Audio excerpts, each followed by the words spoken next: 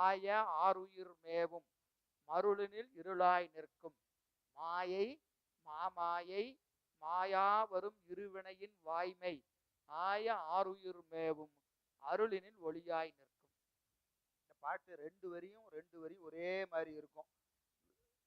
முதல் ரெண்டு வரியும் ரெண்டாவது ரெண்டு வரியும் கிட்டத்தட்ட ஒரே மாதிரி இருக்கும். சரிங்களா? ஒன்றரை வரி ஒரே மாதிரி இருக்கும். மேல இருக்கிற ஒன்றரை வரி கீழே இருக்கிற ஒன்றரை வரி ஒரே சொல்லுதான். வேறுபாடு என்ன? மருளினில் இருளாய் நிற்கும், அருளினில் ஒளியாய் நிற்கும். அவ்வளவுதான் வித்தியாசம். மருளினில் இருளாய் நிற்கும், அருளினில் ஒளியாய் நிற்கும். எது? மாயை மாமாயை மாயா வரும் இருவினையின் வாய்மை. மாயை மாமாயை மாயை மாமாயை அதாவது நமக்கு அசுத்த மாயை. மாயை என்பது அசுத்த மாயை. மாமாயை பிரகிருதி மாயை. சுத்த மாயை இல்லைங்க. தனு கரண பூண போகமா வருவது எது? அசுத்த மாயும் பிரகிருதி மாயை தான். சுத்த மாயை நமக்கு என்னவா வராது? நேரடி கருவிகரணமா வராது.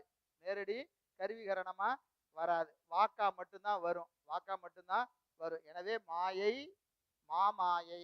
மாயை என்பது பிரகிருதி மாயை, அசுத்த மாயை. அடுத்தது இருவினை. மாயாவரும் இருவினை நாசோற்பத்தி பண்ணி வரும்.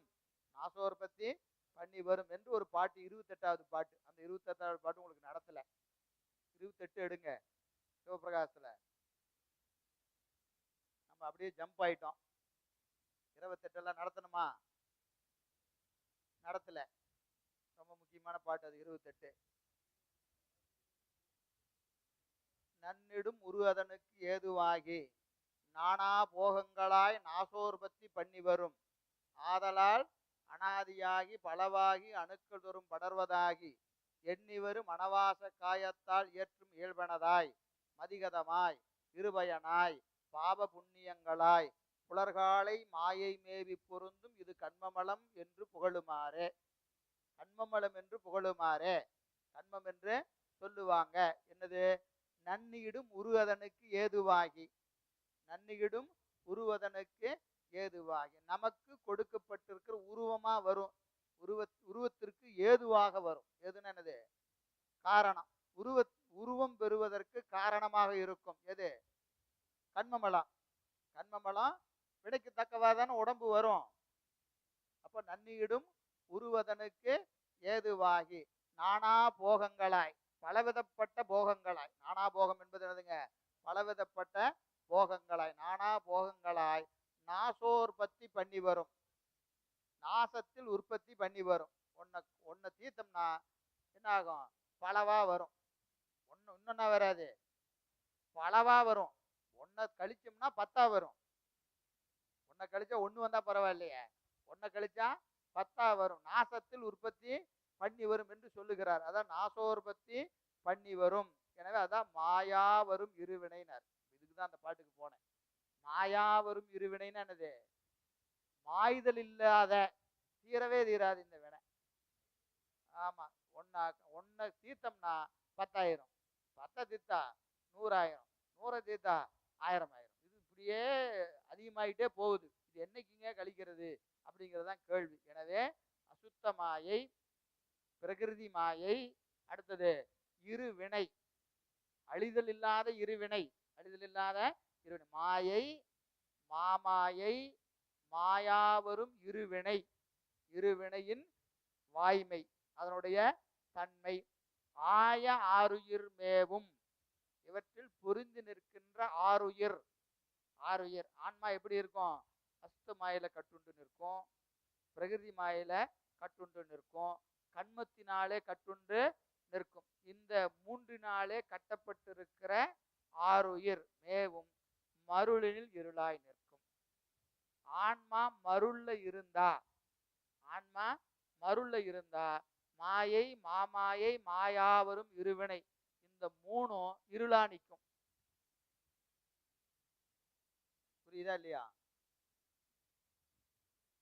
ஆன்மா மருள்ல இருந்தால், மருள்ல இருந்தா இந்த 3 என்னவா இருக்கும்? இருளா நிற்கும். இருளா நிற்கும். மருள் என்பது என்னதுங்க? மயக்கம்.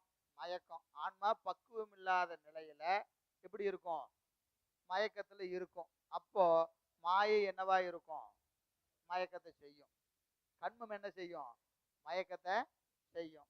வினை என்ன செய்யும்? வினையும் மயக்கத்தை செய்யும். அசுத்த மாயை, மூலப்பிரகிருதி, அப்புறம் வினை, இது எல்லாமே மயக்கத்தை செய்யும். மயக்கத்தை செய்யும். எது வரைக்கும்? எது வரைக்கும்? மருள்ல இருக்கிற வரைக்கும். மருள்ல இருக்கிற வரைக்கும், மயக்கத்தில் இருக்கிற வரைக்கும் இது என்ன செய்யும்? குழப்பத்தை தான் செய்யும். மூணுமே. இதே ஆன்மா அருள்ல நின்றுச்சுன்னா இதெல்லாம் ஒளியா நிற்கும். ஒரே ஓமை சொன்னா தெரியும். ஒரே கத்தி தான், கத்தி ஒண்ணுதான். திருடங்கையில இருந்தா கொலை செய்யும், மருத்துவர் கையில இருந்தா உயிரை காப்பாற்றும். கத்தி ஒண்ணுதான். புரியுதா இல்லைங்கய்யா? அப்போ யாரு கையில இருக்கு, யாரு கையில இருக்கோ அதற்கு தக்கவாறு கருவியின் தன்மை மாறுதா இல்லையா? அதே மாதிரி நமக்கு கொடுத்திருக்கிற கருவியெல்லாம் ஒண்ணுதான். எல்லாத்துக்கும் கொடுத்திருக்கிற கருவி ஒண்ணுதான். ஆனா அறிவு எப்படி இருக்கிறதோ அதற்கு தக்க கருவியின் பயன் மாறும். புரியுதா இல்லைங்களா? நல்ல குரல், நல்ல குரல், தேவாரமும் பாடலாம், சினிமா பாட்டும் பாடலாம். நல்ல உடம்பு, கருவி கரணம், பூசையும் பண்ணலாம், உலகத்தையும் அனுபவிக்கலாம். இது பூசை பண்ணுமா, உலகத்தை அனுபவிக்குமா? அப்படின்னா எதை பொறுத்து இருக்கிறது? அது அறிவை பொறுத்து இருக்கு. அறிவை பொறுத்து இருக்கு. ஒரு நல்ல உடம்பு, நல்ல திடகாத்திரமான உடம்பு இருக்கு, நல்ல உடம்பு இருக்கு, அவன் அறிவு உலகத்தின் மேல இருந்தா அவன் என்ன செய்வான்? குஸ்திக்கு போவான். குஸ்திக்கு போவான், சண்டைக்கு போவானா இல்லையா? அப்படியே உடம்பு தினவை எடுத்துக்கிட்டு வரவனையெல்லாம் வம்பு எடுத்துக்கிட்டு இருப்பான். இப்போ ஒரு அடியாருக்கு நல்ல உடம்பு, நல்ல திடகாத்திரமான உடம்பு, அவர் என்ன செய்வாரு? போய் கோயில 2 உலகாரம் செய்வார், கோயிலை சுத்தம் பண்ணுவார், கல்லை உருட்டி அந்த பக்கம் போடுவார். இப்போ இவர் உடம்பு பலம் இங்க என்ன ஆயிடுச்சு? திருப்பணிக்கு ஆகுது. அதே உடம்பு பலம் அங்க என்ன செஞ்சுது? சண்டைக்கு போச்சு. இவரே தான் போன வருஷம் அப்படி இருந்தாரு, இந்த வருஷம் இப்படி இருக்கிறார். நீங்க வேற வேற ஆளெல்லாம் போவாதீங்க. ஒரே ஆளு தான். நேற்று வரைக்கும் ஊரை வம்பு இழுத்துட்டு இருந்தாரு, இன்னைக்கு போய் சத்தம் இல்லாம கோயில உழவாரம் செஞ்சுட்டு இருக்கிறார். நேற்று இந்த பலம் வேறைக்கு பயன்பட்டது, இன்னைக்கு இது வேறைக்கு பயன்படுகிறது. வேறுபாடு எங்க இருக்கிறது? நேற்று மருள், இன்னைக்கு அருள். புரியுதா இல்லைங்களா? அப்ப எல்லாமே என்னது? அறிவு எப்படி நிற்கிறதோ அதற்கு தக்க கருவிகள் எல்லாம் வேலை செய்யும். கருவிகள் எல்லாம் வேலை செய்யும். உலகத்தை அனுபவிப்பதற்கும் கருவிகள் பயன்படும், திருவருளை அனுபவிக்கிறதுக்கும் கருவி பயன்படும். இப்பதான் சொன்னீங்க இந்த கருவிகள்லாம் திருவருளை காட்டாதுன்னு. சொன்னமா இல்லையா? இப்ப எப்படிங்க காட்டும்?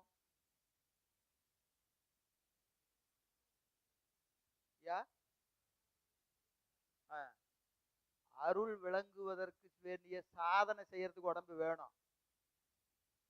சாதனை தான் நாம செஞ்சுட்டு இருக்கிறோம். இந்த உடம்பை வச்சுட்டு நாம என்ன செஞ்சுட்டு இருக்கிறோம்? சாதனை தான் செய்யறோம்.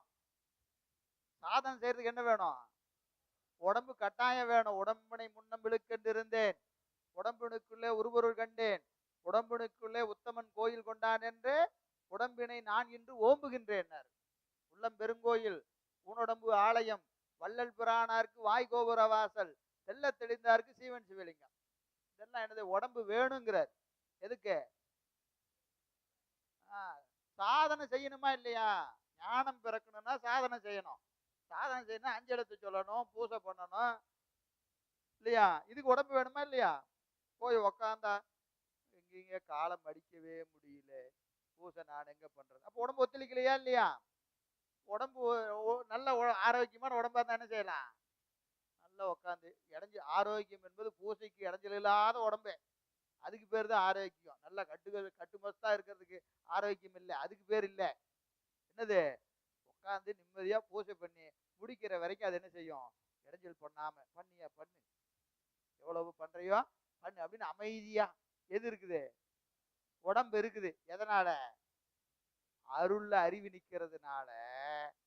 அருள்ல அறிவு நிக்கிறதுனால மாயை, மாமாயை, மாயாவரும் இருவினை. புரியுதா இல்லைங்களா? பூசை பண்ணும் போத என்னால பூசையே பண்ண முடியலைங்க, போன அடிச்சே சலிக்குது. எல்லாரும் பூசையில உட்காந்தாதான் கூப்பிடுறான். பூசை முடிச்சுட்டா ஒரு பைய கூப்பிட மாட்டேங்கிறான். பூசையில உட்காந்தாதான் என்ன செய்யுது, எவனோ போன வருஷத்துக்கு முந்தின வருஷம் பார்க்காதவெல்லாம் இந்த ஒரு திரைப்படத்துல வரும் இல்லையா, 12 மணிக்கு கூப்பிட்டு நீங்க தாசா லாடு லபக்கு தாசா அப்படின்னு ஒரு நகைச்சுவை வருதா இல்லைங்களா, அது மாதிரி போன் பண்ணி கேட்கறான். ராங் நம்பர்லாம் எப்போ வருது, பூஜையில் உட்காந்துருக்கும் போதான் வருது. சார் நீங்களாண்ணா, ஏயா இப்ப கூப்பிட்டு இருக்கிறேன், சாரி சார்.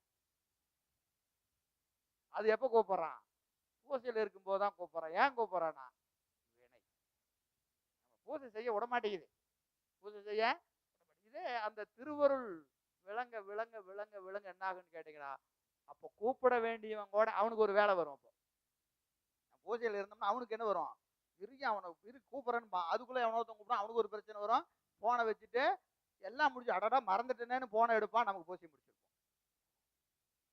புரியுதா இல்லைங்களா? இது நம்ம முடிவு பண்றது இல்ல, இது நம்ம முடிவு பண்றது இல்ல, திருவருள். ஆன்மா பக்குவம் ஆக ஆக நமக்கான தடைகள் நீங்கும். எதற்கான தடை, வழிபாட்டிற்குரிய தடைகள் எல்லாம் நீங்கும். ஒருவேளை நமக்கு அந்த தவம் பத்தலைன்னா இடைஞ்சல் வரும். இடைஞ்சல் வரும்போது நம்ம என்ன நினைச்சுக்கணும், நம்ம தவம் பத்தல சாமி, இன்னும் கொஞ்சம் செய்யணும், இன்னும் கொஞ்சம் தவம் செய்யணும்னு நினைச்சுக்கணும். அப்போ இந்த மாயை மாமாயை மாயா வரும் இருவினை, இந்த மூன்றும் மருள் இருக்கிற போது இருளாகவும் அருளில் இருக்கிற போது ஒளியாகவும் நிற்கும். அதே கருவிதான், அதே கருவி. அப்போ அது இருளாக நிற்பதா ஒளியாக நிற்பதா என்பது எங்க இருக்கிறது, நம்ம அறிவு எந்த லட்சணத்தில் இருக்குதோ அதற்கு தக்கவாறு அதெல்லாம் இருக்கும். நமக்கு இடைஞ்சல் இல்லாம பூசைக்கு இடைஞ்சல் இல்லாம இருக்குதுன்னா தெரிஞ்சோ தெரியாமையோ நம்ம அருள்ல தான் நிக்கிறோம், அருள்ல தான் நிக்கிறோம். சாமி நல்ல வேளை பூசை முடிக்கிற வரைக்கும் இன்று என்னை இது செய்ய வைத்தான். எது செய்ய வைத்தான், பூசை. இன்னைக்கு இந்த கால பூசை சிறப்பா நடந்ததுன்னா சாமி செய்ய வச்சிருக்கிறாருன்னு அர்த்தம். அதுக்கு பின்னாடி ஏகப்பட்ட இடைஞ்செல்லாம் இருக்கு. அதனாலதான் நம்ம பூஜை செய்கிற போது எழுந்தருள்க இருந்தருள்க நேர் நின்றருக இடையீடு தவிர்த்தருள்க. என்னது, சாமி நிறைய பண்ணி வச்சிருக்கிறேன், எல்லாம் இப்பதான் வரும், இந்த இடையீடெல்லாம் என்ன செய்யுங்க, வராம பூசை முடிக்கிற காலம் வரைக்கும். எனக்கு இடைஞ்சலே வரக்கூடாதுன்னு கேட்கறது இல்ல சாமி, எதா இருந்தாலும் பரவாயில்ல, பூசை முடிக்கிற வரைக்கும், பூசை முடிக்கிற வரைக்கும் எந்த இடைஞ்சலும் இல்லாம என்ன செய்யறதுங்க, கவசம் என் திசை, என் திசை காவல் யாருக்கு, அவருக்கா, அவரை யாரோ தூக்கிட்டு போயிடுவாங்களா, நமக்கு தான். ஞானாக்கினி, ஞானாக்கினி ஞானமாகிய நெருப்பினாலே நம்மை பாதுகாக்கிறதே. பூஜை செய்கிற சாதகன் பூஜை செய்கிற காலம் வரைக்கும் வெளியிலிருந்து எந்த இடைஞ்சலும் வராம, அதுக்கு புறப்பகை அப்படின்னு பேரு. அதைத்தான் தடுத்தாச்சுன்னா அகப்பகை ஒன்று இருக்கிறது.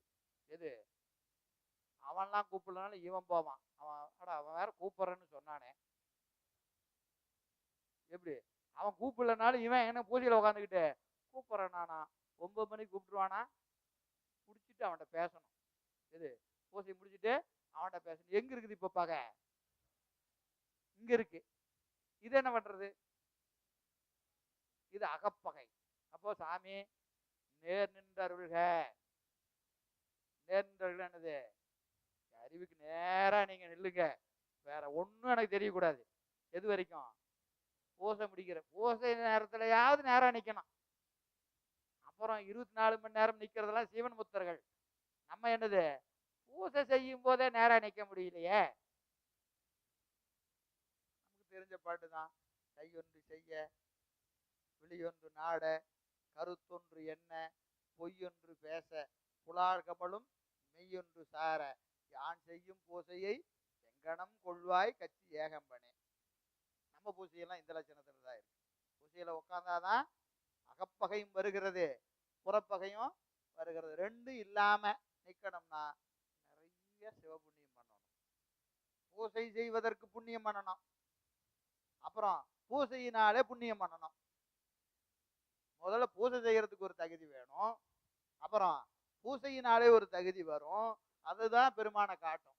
பெருமானை காட்டும். இப்ப நம்ம செய்ய வேண்டியதெல்லாம் என்னன்னா, பூசையா ஒழுங்கா செய்யறதுக்கு என்னென்ன வேணுமோ அதெல்லாம் செய்யணும். இப்போதைக்கு நம்ம தகுதி அவ்வளவுதான் நிக்குது. ஏன்னா எது செஞ்சாலும் பூசை செய்ய முடியாது. எது செஞ்சாலும் பூசை நம்மள என்ன கிடைக்கும்? பூசை செஞ்சா என்னையா கிடைக்கும்? நம்ம கேள்வி என்னது? பூசை செஞ்சா என்ன கிடைக்கும்னா, ஏன் பூசை செஞ்சா என்ன கிடைக்கிறது விடு. எதை செஞ்சாலும் பூசை செய்ய முடியாது.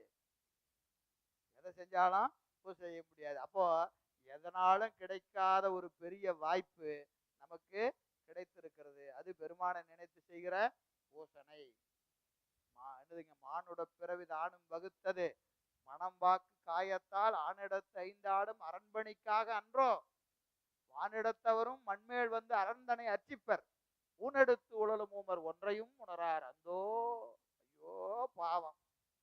ஏன் இந்த மானிட பிறப்பு எடுத்து ஏற்கனவே சொன்ன மாதிரி நல்ல குலத்துல பிறந்து தவம் செய்யற சாதியில பிறந்து அஞ்செழுத்து சொல்லக்கூடிய தீக்கையை வாங்கி அதுக்கப்புறம் பூசையில உக்காந்தாலும் பூசை செய்ய முடியல சாமி. இங்க வர்றதுக்கு எவ்வளவு படி தாண்டி வந்து உக்காந்துருக்கிறோம் தெரியுமா?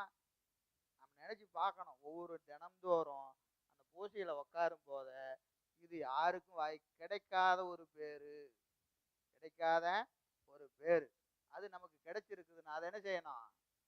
பயன்படுத்திக்கணுமா இல்லையா? அதுக்கு நிறைய புண்ணியம் வேணும்.